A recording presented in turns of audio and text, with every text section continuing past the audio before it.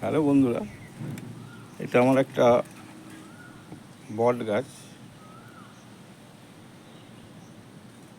এটি আমাকে একজন গিফট করেছিল।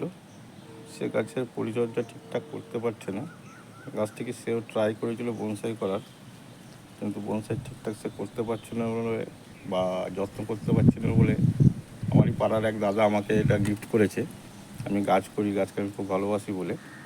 তো যাই হোক, এটা একটি প্লাস্টিক ড্রামকে কেটে তার এই 2.5-3 ইঞ্চি হাইট, দেখতেই পাচ্ছেন 3 ইঞ্চি হাইট হবে, তার মধ্যে এটাকে বসানো হয়েছে। গাছের ডালগুলোকে ব্যান্ড করার চেষ্টা করা হয়েছে, যদিও আমি এই ব্যাপারে খুব একটা পারদর্শী না। আমি ছোটো থেকে গাছ করি। আমি স্টুডেন্ট অবস্থা থেকেই, মানে যখন আমি পড়াশোনা করি সেই বয়স থেকে আমি গাছ করি। গাছের উপর আমার খুব শখ এবং নেশা। তো গাছগুলো করার চেষ্টা করছি। তো কতগুলো ঝুড়ি নেমেছে, এটা সুন্দর রূপ নিয়েছে। তো এই ডালগুলো যেগুলো বেরিয়েছে সেগুলোকে আমি আবার ব্যান্ড করার চেষ্টা করব। এটা উপর দিয়ে উঠে গেছে, তো এই উপরে উঠে যাওয়া ডালগুলোকে ব্যান্ড করব। আরেকদিন এটাকে নিয়ে ভিডিও করব। তো ব্যান্ড করা হয়েছিল। তো যাই হোক, আরও কিছু রুট এখান থেকে বেরিয়েছিল, মানে যেটাকে আমরা বলি বট গাছের ঝুড়ি।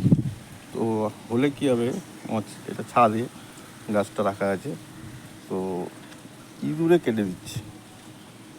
এই ঝুড়িগুলো ইঁদুরে কেটে দিচ্ছে, এরকম কেটে কেটে ফেলেছে। আরও আছে এদিকেও। তো ইঁদুরে কেটে দিচ্ছে বলে জানি না কী করে এগুলোকে বাঁচাবো। মানে ঝুড়িগুলোকে আরও নামানোর চেষ্টা চালাচ্ছি, কিন্তু ইঁদুরে কেটে দিচ্ছে। সব ইঁদুরে কেটে দিয়েছে। অনেকগুলোই ঝুড়ি এসেছিল, কিন্তু সবই ইঁদুরে কেটে দিয়েছে। তো বনসাই আমি খুব একটা দক্ষ না। আমি সিজন ফ্লাওয়ার করি, এবং স্থায়ীভাবে যে গাছগুলো করা যায় অল্প খরচায় বা বিনা খরচায়, এবং যেখান থেকে আমরা যে গাছ থেকে আরও নতুন গাছ করতে পারি, সেই ধরনের গাছকেই আমি বেশি করি। যেহেতু গাছের প্রতি একটা শখ আছে, ওই গাছের মধ্যেই পড়ে থাকা, লেগে থাকা, এটাই আমার হবির মধ্যে পড়ে যায় আর কি। তো